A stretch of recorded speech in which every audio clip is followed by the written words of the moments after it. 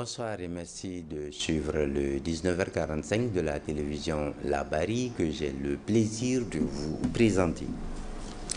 Pour rendre hommage et immortaliser certaines figures nationales et africaines, les autorités nigériennes ont décidé de baptiser ou rebaptiser des boulevards, rues et autres places publiques à Niamey. Quelle appréciation peut-on faire de cette initiative des autorités nigériennes? Tentative de réponse avec Ismaël Moumouni Moussa. Valoriser les figures historiques nationales et africaines en effaçant les traces de la colonisation telle l'objectif visé par les autorités du Niger en baptisant les boulevards, rues et autres places à Niamey. Cette initiative des autorités est un rêve qui est devenu une réalité pour ce panafricaniste. C'est un symbole fort, c'est un signal très fort. Et je pense que toute la jeunesse panafricaniste du Niger et de toute l'Afrique seront fiers de voir en fait cet acte que vient de poser le CNSP à travers le ministre de la Culture. C'est inadmissible, nous l'avons toujours dit, c'est inadmissible pour nos rues, pour nos boulevards, continuent de porter les noms de ceux qui nous ont colonisés, ceux qui nous ont esclavagisés. Là, je pense que la meilleure manière aujourd'hui de montrer à la nouvelle génération qui peuvent compter sur de grandes personnalités, c'est de ce genre d'événements qu'il faut faire.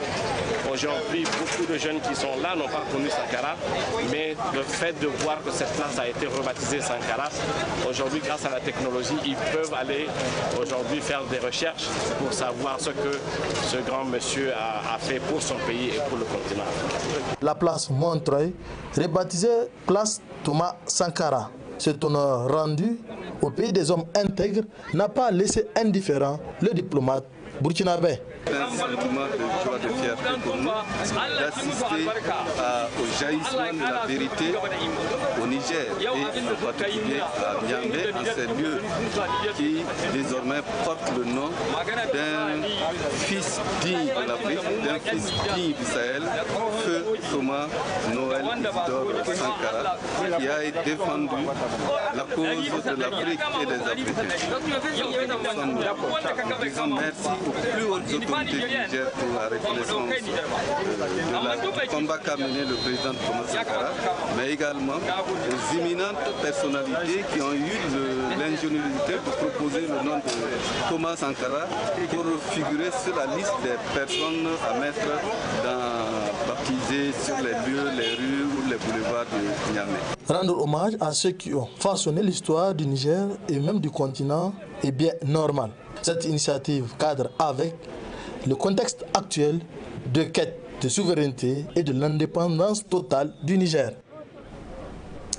La Congafen, en collaboration avec la clinique Afwa de Niamey, était ce jeudi matin aux côtés des femmes du village de Gorukaina Goley. C'est dans le 3e arrondissement communal de la capitale nigérienne.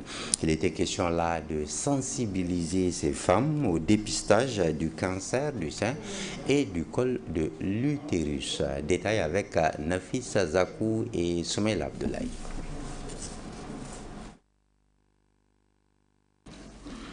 Elles sont toutes habillées en femmes rurales à l'occasion de la célébration de la Journée internationale de la femme rurale, édition 2024. Cette édition est couplée à la campagne de dépistage gratuit du cancer du sein et du col de l'utérus organisée par la Congafen en collaboration avec la clinique Afwa à l'endroit des femmes du village de Gorukaina Goley situé dans le 3e arrondissement communal. À travers cette initiative, la Congafen et la clinique Afwa entendent intensifier la communication pour sensibiliser les femmes au dépistage du cancer du sein et du col de l'utérus.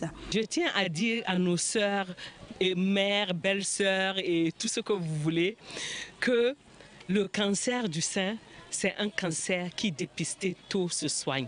Depuis le début de cette campagne, s'il y a un mot, une phrase sur laquelle je n'hésite pas, c'est à dire ça. En Hausa, on dirait ciwon daji. Je suppose qu'en germain, ça va être kauye dorino, mais c'est des pathologies qui sont des pathologies soignables. C'est des pathologies qui, dépistées à temps, évitent les mutilations, font gagner, évitent la mort tout simplement, évitent que des mères tombent en laissant des familles et des enfants à bas âge. Donc je ne peux qu'exhorter les gens à se faire dépister le plus rapidement possible. Quant à la présidente de la Congafen, elle a saisi l'occasion pour lancer un appel pour la solidarité afin de lutter contre cette maladie. Le cancer est une maladie qui se guérisse. Le cancer existe. Il faut que les femmes comprennent il faut que ces femmes aillent devant les centres de santé. Et aujourd'hui, vous avez à votre disposition une clinique mobile qui est là pour la population, qui est là pour les femmes. Il faut que nous, associations féminines, que nous sensibilisons les femmes pour que les femmes viennent vers les centres de santé pour se dépister. Et je vous dis que sincèrement, le cancer est un danger, ça tue. Le cancer constitue un problème de santé publique à travers le monde. Néanmoins, cette maladie peut être guérie, d'où ce témoignage d'appeler les femmes à se faire dépister, surtout à l'occasion de ce mois d'octobre rose. Wanga abin magani da ake gayi wallahi magani ne saboda ni kan duk ma in zo nan hurin na taba yi. Le dépistage est une bonne chose. Je me suis fait dépister pour la deuxième fois. C'est pourquoi j'appelle les femmes à se faire dépister. Car le dépistage sauve la vie.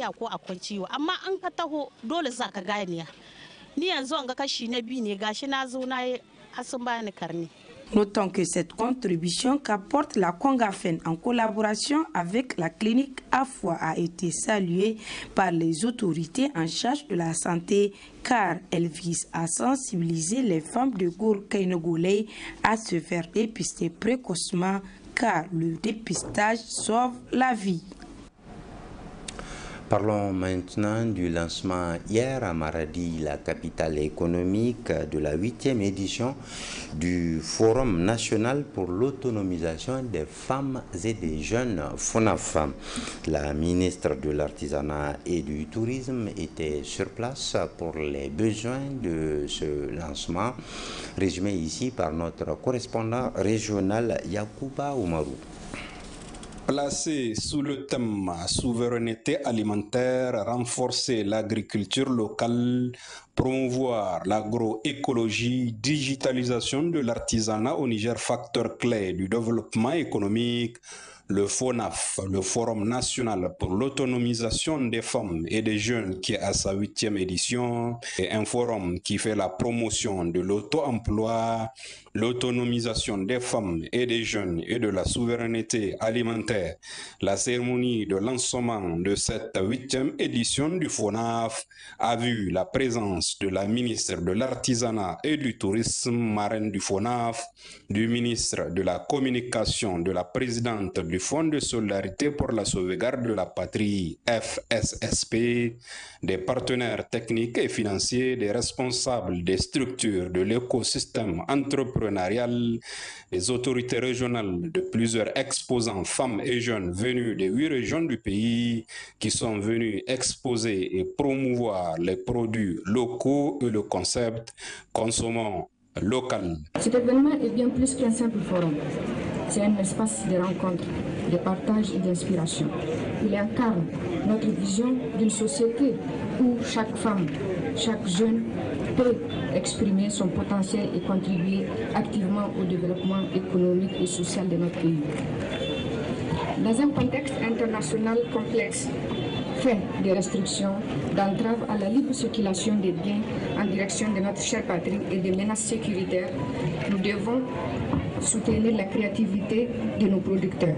Il est donc impératif que nous prenions conscience de l'importance de soutenir nos entrepreneurs, nos artisans, toutes celles et ceux qui participent à la dynamique économique de notre cher pays. L'entrepreneuriat local est non seulement un moteur de croissance, mais également un levier pour créer des emplois, favoriser la diversité économique et réduire notre dépendance vis-à-vis des importations. S'alignant ainsi en droite ligne des objectifs de plus haute autorité du Niger, permettez-moi en ce jour solennel de vous rappeler que l'artisanat et l'agriculture sont des secteurs clés pour la souveraineté de notre pays. En soutenant l'entrepreneuriat dans ces domaines, nous contribuons à la création d'emplois durables, à l'augmentation des revenus des ménages, surtout après les inondations enregistrées cette année. En soutenant l'organisation d'événements comme le FONAF, vous soutenez nos entreprises, nos artisans et nos créateurs. Le ministre de la Communication présent au FONAF a également intervenu pour parler de la digitalisation de l'artisanat au Niger. Quant à la représentante du PNUD partenaire du FONAF, elle a axé son intervention sur les appuis du PNUD au FONAF à travers les différentes éditions. Pour sa part, Mme Mayaki Hadiza, promotrice du FONAF, a souligné l'importance de l'autonomisation pour les femmes. Le thème de cette édition est le potentiel de la digitalisation pour les micro-industries au Niger. Il n'est pas seulement un slogan, c'est un appel à l'action. Il nous rappelle que l'autonomisation ne se limite pas à l'accès aux ressources, mais qu'elle passe aussi par l'innovation et l'excellence. Qui dit excellence dit produit de bonne qualité, et qui dit produit de bonne qualité dit produit certifié. À une époque où le monde est en constante évolution, il est impératif que nous, en tant que femmes et jeunes, soyons des acteurs du changement et non des simples spectateurs. Nous devons embrasser la créativité qui sommet à nous, exploiter nos talents, soutenir les initiatives locales qui renforcent notre économie. Je tiens à exprimer mes sincères remerciements à tous nos partenaires. Prenant la parole auparavant, le gouverneur de la région de Maradi a exhorté le public à venir massivement visiter les stands de ces vaillantes femmes. Il a souhaité un bon succès aux travaux du forum. Les officiels ont symboliquement lancé les festivités par la coupure du ruban et la visite guidée des stands du FONAF. Parlons de notre lancement qui s'est déroulé hier au Centre international de conférence Mahatma Gandhi de Niamey. Il s'agissait là du lancement du nouveau produit, du nouveau concept tirage commune entente 2024 initié par la LONANI. Là aussi, on marque, on note la présence du ministre délégué auprès du Premier ministre chargé des Finances, mais aussi celle de nos reporters Ismaël Moumouni Moussa et Halidou Bourema. Véritable modèle d'intégration sous-régionale, la tranche commune entente est depuis 2007 à la base d'un réel brassage de populations des pays membres du Conseil de l'entente en octroyant des voyages aux souscripteurs. Ainsi, sous la conduite éclairée du colonel-major Soumane Jibo, la Loterie nationale du Niger, LONANI, améliore ses performances et cela sur tous les plans. Pour cet événement important sous-régional, le directeur général de la LONANI présente le nouveau concept tirage commune entente 2024 qui offre des multiples gains aux clients. L'organisation de ce premier tirage commun entente marque un tournant dans l'institutionnalisation d'une mobilisation élargie de notre épargne nationale pour contribuer au développement de notre pays et dans l'intérêt bien compris de nos communautés. Nul besoin de souligner ici que l'ambition de la Loterie nationale du Niger, dans le cadre du premier tirage commun entente, s'aligne sur l'objectif national de bâtir un Niger nouveau, où les Nigériennes et les Nigériens unis et solidaires décident souverainement de notre patrie et dans l'intérêt supérieur de notre peuple par la participation à l'épargne nationale. Permettez-moi de préciser également que le lancement officiel du tirage commun entente 2024 se caractérise par deux innovations majeures. Il s'agit notamment du support du jeu. Le support du jeu qui est le loto Balsa 5,90 qui remplace le ticket de grattage que tout le monde connaît. Il y a le gros lot du programme extraordinaire régional qui double en passant de 10 millions à 20 millions. Et c'est là la très belle occasion d'inviter les parieurs volontaires à la découverte du tirage commun entente pour apprécier les promesses de cette innovation qui offre 2 chances de gain sur le même ticket joué à la date du tirage. Je ne saurais terminer mon propos sans faire une mention spéciale aux autorités du tutelle pour leur soutien multiforme.